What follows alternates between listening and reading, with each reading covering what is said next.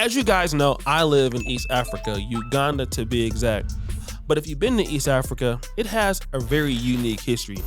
Not because of the people, sure, that's different than West Africa, but also who runs the economies here. Historically, it has been Indians, other Asians, Pakistanis that have done business here.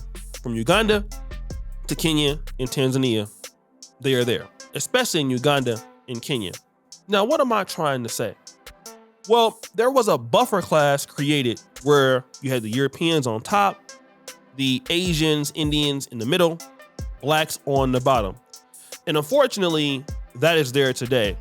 Now, in the 60s and 70s in both Kenya and Uganda, a lot of the Asians got, put out of the country in some form or fashion. The most gruesome being in Uganda. When I listen to the Asians complain about it, they believe that it's unfair. They'll say, hey, what happened to our family was brutal. We were sent away. We had to give away all our belongings, all of our ownership to Africans who took it from us. Okay? But largely, I feel like people will have those arguments, don't understand what we're going to talk about. And that is the mistreatment of Africans from these people who genetically are not supposed to be here in the first place. Okay, let's suppose that they dropped a whole bunch of Africans off in India 100 years ago, 200 years ago, and they let them become the buffer class. We know what Indians would have done. They would have got rid of those people, right? But some of the same mistakes are going on today. Just a few weeks ago, I posted a video of a young lady who complained about Indians mistreating people in Kenya. Indians in Africa, and especially in Kenya, we all know your ancestors were brought into these lands to come and build the railway line by the British. After the British left, you guys stayed to be part of us, which was only fair because you guys deserve to be here. But please, help me beg the older generation of Indians in Kenya to stop being racist towards the Kenyan people, towards the black. Pay black people the same wages you pay your own kind for the same services offered. A lot of Kenyans are suffering in EPZ, industrial area, and all the industries that are Indian owned because they're being treated very brutally. There's a lot of racism. Please. I came across this particular Kenyan YouTuber. We'll put his name here in the video. And he had this to say. Today, I came across a Twitter post by Dr. Ekuru Aukot. Dr. Ekuru Aukot said that recently he went to a Chinese restaurant, a Chinese Indian restaurant known as Peter Dong Cuisine that is located in Westlands, Nairobi, Kenya. And you know what? Those guys in the hotel, in the restaurant, did not attend Dr. Ekuru and his crew because apparently they are racist. You know that Dr. Ekuru Aukot is very black. And according to his Twitter post, he spent more than 15 minutes in the restaurant and nobody attended him and his crew. And another thing that he noted in his post is that 100% of those customers were Indian or Asian. So he sarcastically says that if you have to attend this hotel, you have to find a turban and wrap around your head so that probably you get a chance to be served. So my message to this Peter Dong Chinese restaurant, which according to him, 100 like I said, all the customers were Asian. If they don't like the natives, if they don't like the locals that much, why don't they relocate their restaurant to India, China. So people thought that the story was fake if you go in this comment section. And what I want to do is read some of those comments and then I want to come back and read the actual tweet. So, okay, guys, let me read the tweet in its entirety. This is from Dr. Ekuru Aukot. I never thought I would experience racist behavior in my own country. My friends and I went for lunch at the Peter Dong Chinese restaurant on Raptor Road, Westlands. The stairs sent a chill to us. 100% of the patrons are Asian Indians.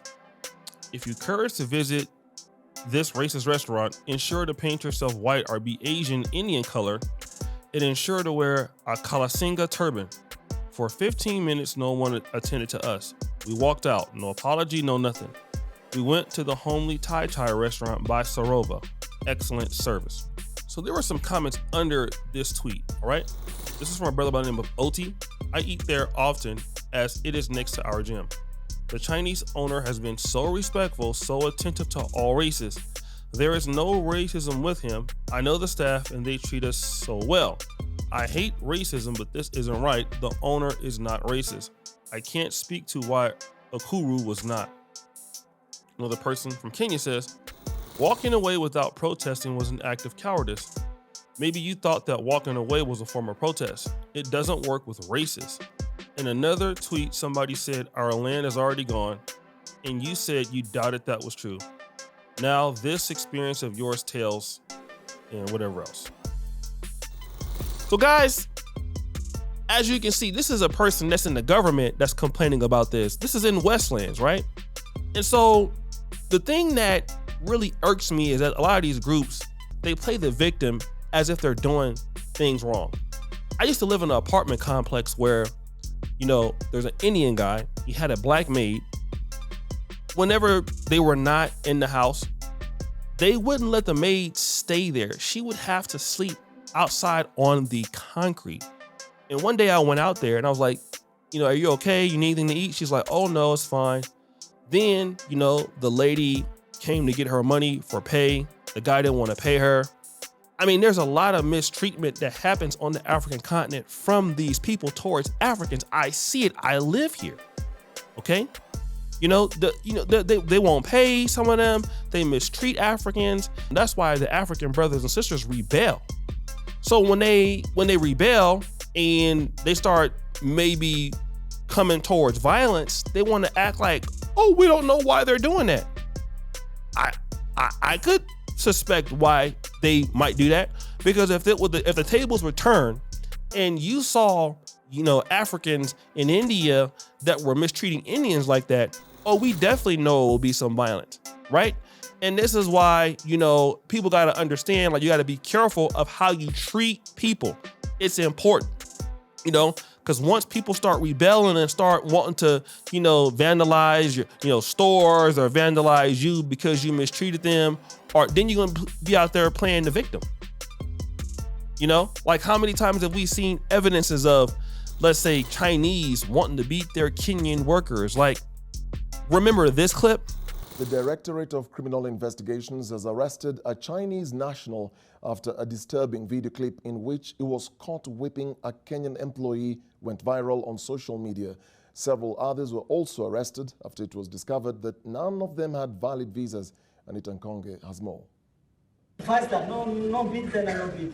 In a disturbing video that went viral, Deng Han is seen here whipping a Kenyan national for allegedly reporting late to work. So this is what I would like to say.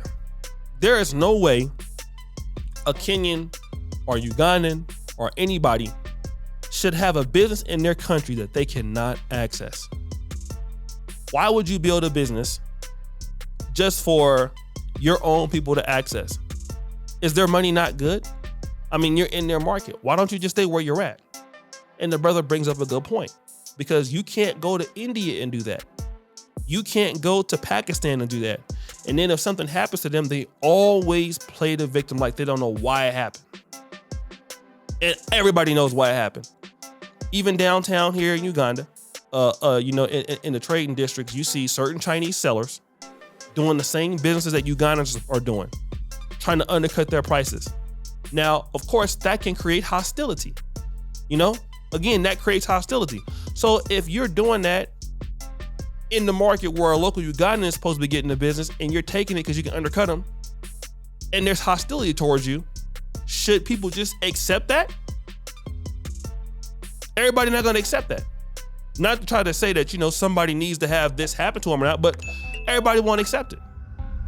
You see what I'm saying? So, guys, what do you think? It's your boy, O'Shea D. Jackson. Back at it again with another episode of Fair Use. I'm out.